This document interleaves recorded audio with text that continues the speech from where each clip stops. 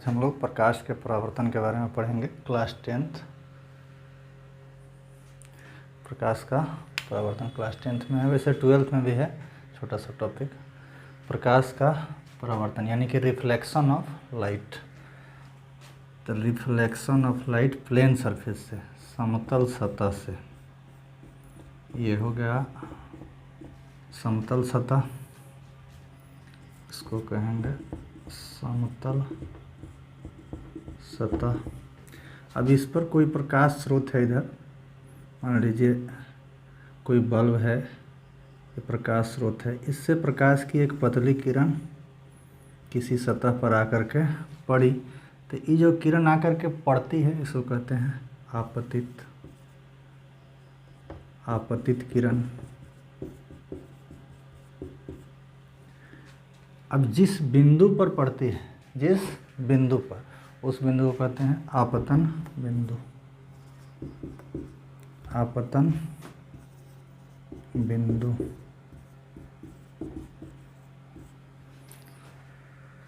अब यहाँ पड़ी, इस बिंदु पर एक लंब खींचते हैं, इस लंब को कहते हैं अभिलंब।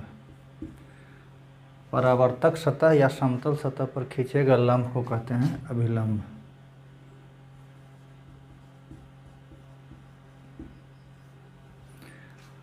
और यहाँ पर जब आ करके किरण पड़ेगी तो टकरा करके लौटेगी, तो ये वापसी लौटने वाली किरण को परावर्तित किरण, परावर्तित किरण हो गया। अब इनके बीच में जो कोण बना, आपतित किरण और अभिलंब के बीच जो कोण बनता है उसको कहते हैं आपतन कोण। इसको I से सूचित करता है। जो किरण सतह पर आकर के पड़ी उसको आपतित किरण, सतह पर खींचे गए लंब को अभिलंब, और सतह से टकरा करके वापस लौटने वाली किरण को परावर्तित किरण। इस आपतित किरण और अभिलंब के बीच में जो कोण बनता है उसको कहते हैं आपतन कोण। इसको I से सूचित करते हैं, आपतन कोण। अब यहाँ से टकरा करके गई परावर्तित किरण, परावर्तित किरण और अभिलंब के बीच जो कोण बनता है उसको कहते हैं परावर्तन कोण।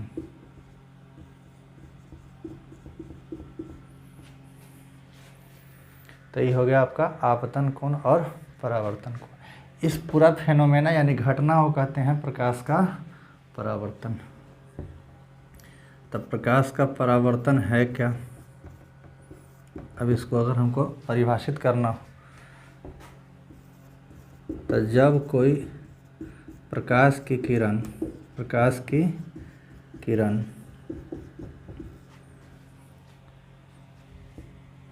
किसी सतह पर आपतित होती है और उसी माध्यम में वापस लौट जाती है, तो इस घटना को प्रकाश का परावर्तन कहते हैं। मतलब क्या हुआ? जब प्रकाश की कोई किरण किसी सतह पर जा कर के पड़ेगी और टकरा करके पुनः उसी माध्यम में वापस लौट जाएगी, तो यह घटना कहलाएगा प्रकाश का परावर्तन। अब परावर्तन के नियम आता है। परावर्तन के कितने नियम हैं? तो परावर्तन के 2 नियम हैं। परावर्तन के नियम,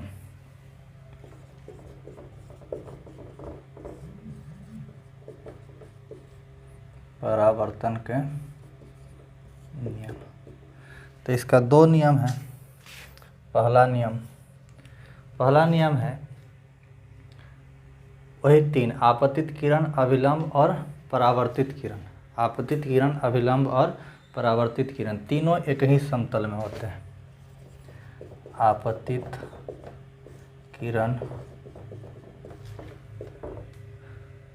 परावर्तित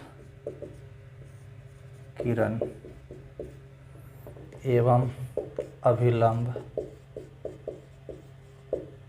तीनों एक ही तल में होते हैं। तीनों एक ही तल का मतलब समतल एक ही तल में होते हैं। भला हो गया। और इसका दूसरा नियम, तो दूसरा नियम क्या है? ये कोण पर आधारित है। ये आपतन कोण आई बोले थे या परावर्तन कोण आर बोले थे। ये दोनों में संबंध है कि दोनों इक्वल होता है, बराबर होता है। आपतन कोण यानी कि आई तथा परावर्तन कोण यानी कि आर आपस में समान होते हैं। आपस में समान होते हैं, यानी कि एंगल आई बराबर एंगल आर। यही परावर्तन के दो नियम हैं।